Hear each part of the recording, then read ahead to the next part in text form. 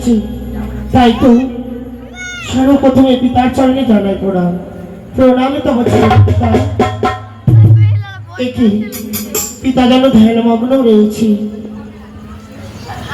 না না, এই মধ্যে পিতার ধ্যানমগ্ন করতে হবে আমাকে। পিতা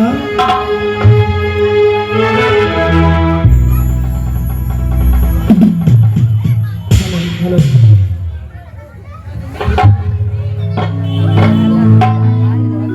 ওম নমঃ শিবায়।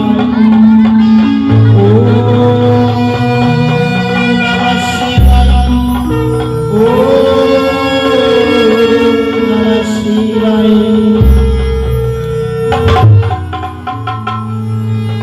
नमः शिवाय नमः शिवाय हरि हरि बोल नमः शिवाय नमः शिवाय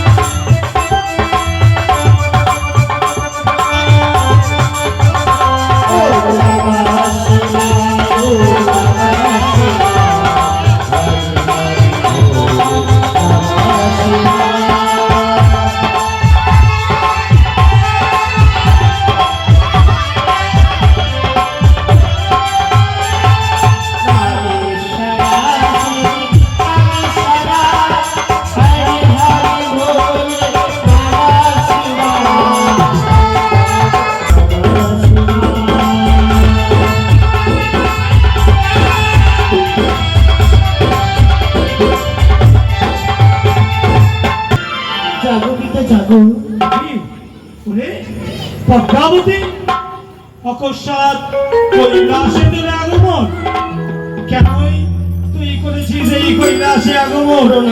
আমি জানতে পারি। সর্বোপরি তোমার চরণে যাবে সেটুকুই বেশ, আশীর্বাদ করো, দীর্ঘায়ু লাভ করো।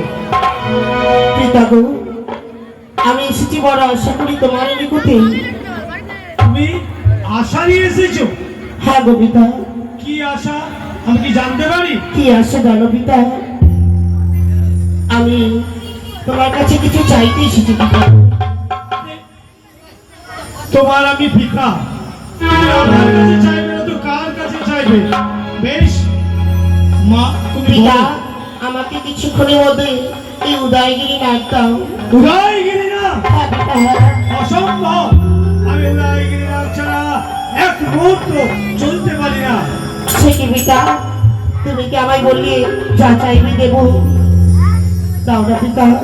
তার আগে বলো, তুমি এই উদয়গিরি নাগ নিয়ে কি করবে? অকস্মাৎ কেনই তোমার ওই উদয়গিরি নাগের প্রয়োজন পড়ে গেল? পিতা আমার প্রয়োজন আছে বলে তোমার কাছে এসেছি পিতা গো। তোমার যে প্রয়োজন সেটা তো আমি জানতে পারি। কি প্রয়োজন তোমার? পিতা গো, কি প্রয়োজন জানো? তোমায় আমি কি করে বলবো পিতা? তুমি না বললে তো পাবেও না। সে কি পিতা, তুমি আমাকে না বললে দেবে না? না। ও তবে শোনো, আমি উদয়গিরি নাগ নিয়ে গিয়ে আমি ধনন্তরীকে বধ করতে চাই। অসম্ভব, ধনন্তরীকে তুমি বধ করতে পারো না, কারণ তাকে আমি অমৃত বর প্রদান করেছি। হ্যাঁ পিতা, আমি কি তোমার কন্যা? সেই আমার পথে কাটা হয়ে দাঁড়িয়েছে।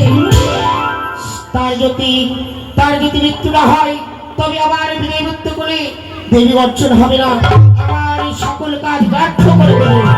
শোনো, তাকে আমি অমৃত বর দিয়েছি, তার সাথেও বলেছি তার এই গোপন তত্ত্বের কথা যদি কারোর সম্মুখে বলে থাকে তাহলেই তার মৃত্যু। নয়, সেই দিন তার গোপন কথা বলে ফেলেছি গো। বলে ফেলেছে। হ্যাঁ, তাই তো এসেছি আমি ছুটে তোমার কাছে। ওরে ওরে, ওঝা ধনন্তরী, তোকে আমি মৃত্যুর থেকে বাঁচাতে পারলাম না, তুই আমায় ক্ষমা করে দিস। বেশ পদ্মাবতী, পিতা গো, দাও পিতা দাও। এই নাও, এই তো আমি দিলাম। তোমার কার্য সিদ্ধি হয়ে গেলে পুনরায় তুমি কৈলাসে এসে আমায় সে উদয়গিরি নাগ দিয়ে পিতা গো, তুমি আমায় আশীর্বাদ করো, আমি যেন এই বর্তমানে বিশ্ববিদ্যা হতে পারে, তাই যেন হয় পিতা। এই তো আমি উদয়গিরি নাগ নিয়েছি, আর বিলম্ব শুনে যাব আমি ধনন্তরীকে সরিয়ে দেবো চিরতার মতন এই পৃথিবীর মুখ থেকে।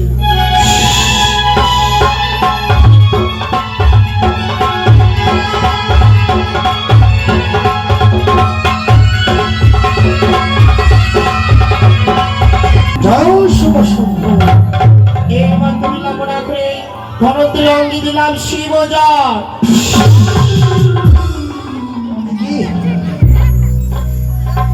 মস্তিষ্ক যেন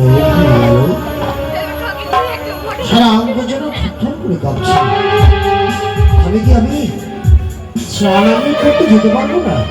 না না না, আমার স্নানান্বিত করতে যেতেই হবে, না হলে আমার দেবাদের এই কালে পুষ্পাঞ্জলি দেওয়া হবে না।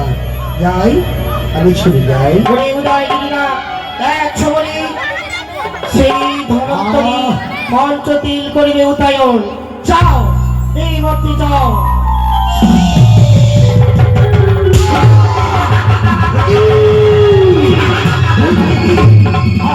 চলে গেল, চলে গেল।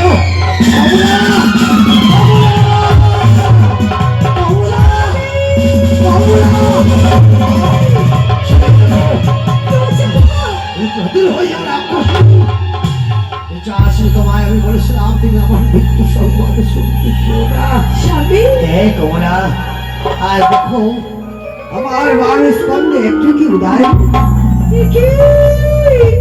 তোমার পঞ্চম তিথি লিখবে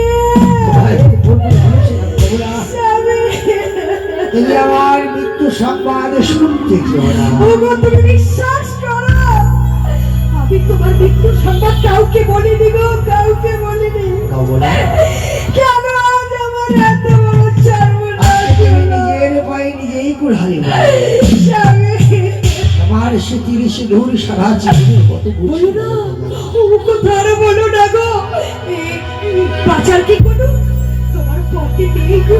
কমলা। হ্যাঁ ঠিক বলেছ, সারা জীবন মানুষের উপকার করে আজকে নিজের জন্য কিছু শিখে গেছি। পারবে তুমি আমার পারবো স্বামী, আমার তোমার জন্য আমি সব কিছু করতে পারবো, অপেক্ষা করো।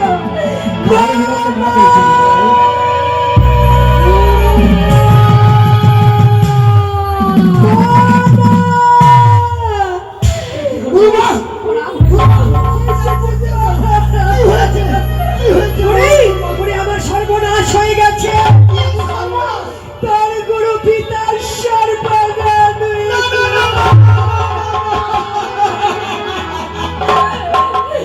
তোর গুরু পিতার আমি বিশ্বাস করি না মা, যে প্রতিদিন 7 ঘড়া করে বিষ পান করে তার সর্বনাশে মৃত্যু হতে পারে না। আমার সঙ্গে ওই ডাক্তার গুরু পিতা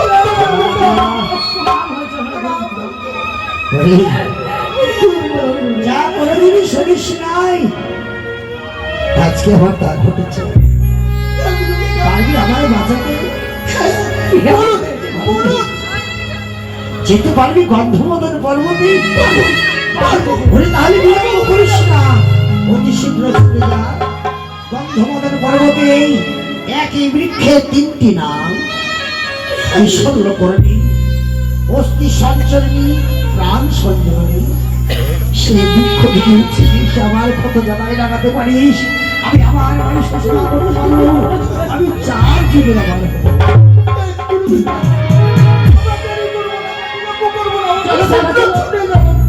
আর বিলম্ব না করে আমরা বিলম্ব করিস না বাবা, ওই বিষণ্ণ করে নিয়েছে। তাকে বাঁচা বাবা, বাঁচা। বল, আমরা চিনবো কি করে সেই গাছ? যে বৃক্ষের নিচে প্রদীপ জ্বলছে সেই বৃক্ষ